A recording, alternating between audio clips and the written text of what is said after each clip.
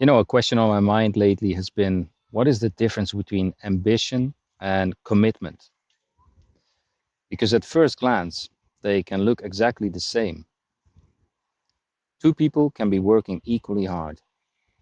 Both are disciplined, both are focused, and both care deeply about what they are building. But internally, something very different may be happening. Many people derive a lot of energy from meaningful work, like building a business or creating a program or writing a book or developing a skill, pursuing a goal, pursuing a goal that genuinely matters.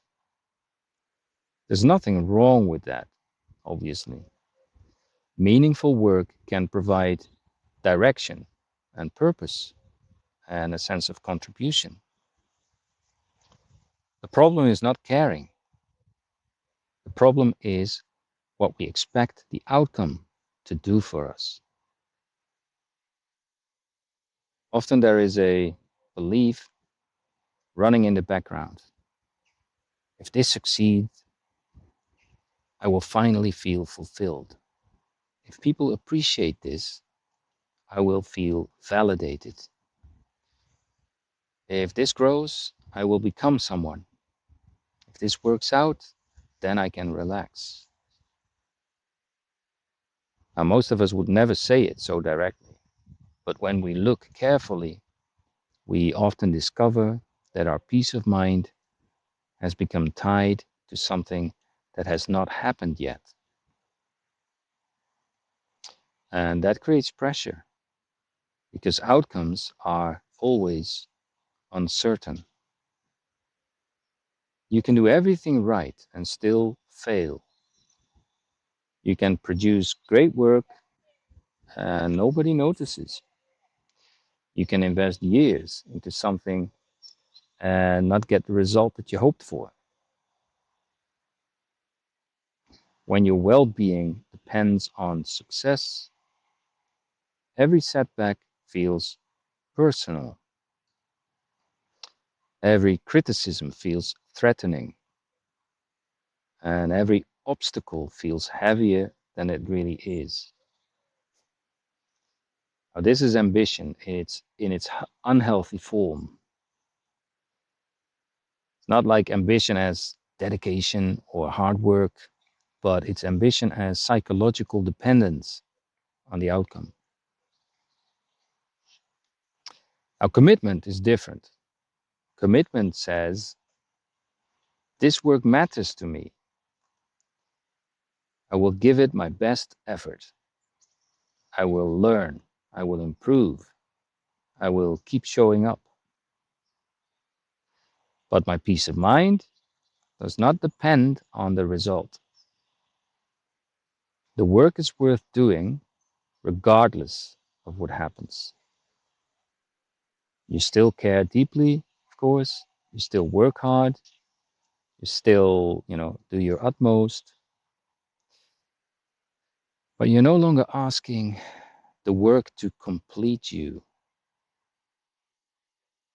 Now, this is difficult because most of us have spent our lives building an identity around achievement. We want to succeed. We want to be respected. We want our lives to matter. So there's nothing unusual about that.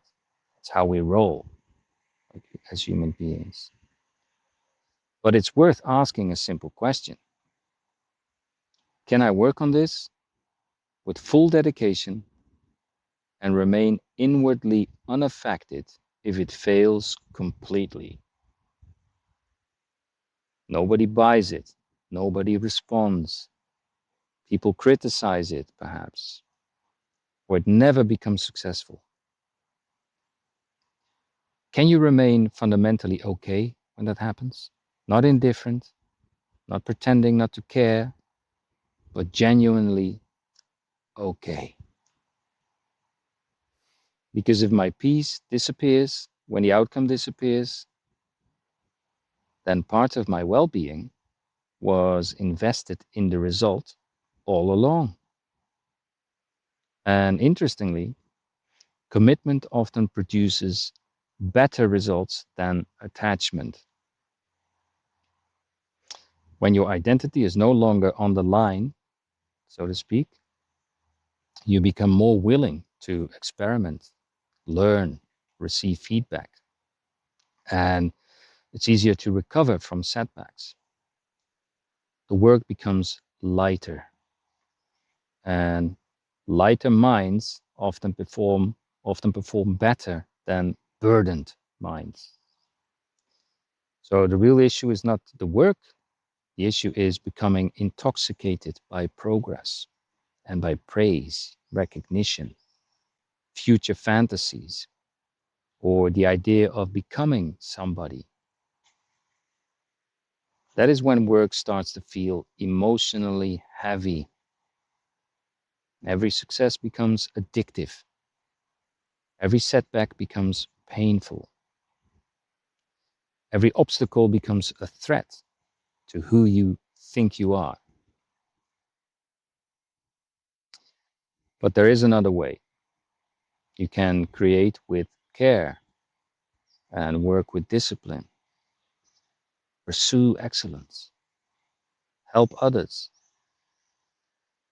build meaningful things without making the outcome the foundation of your happiness.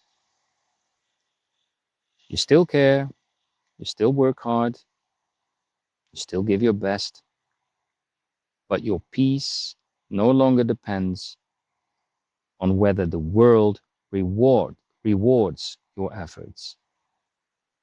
The work remains meaningful, but the burden disappears.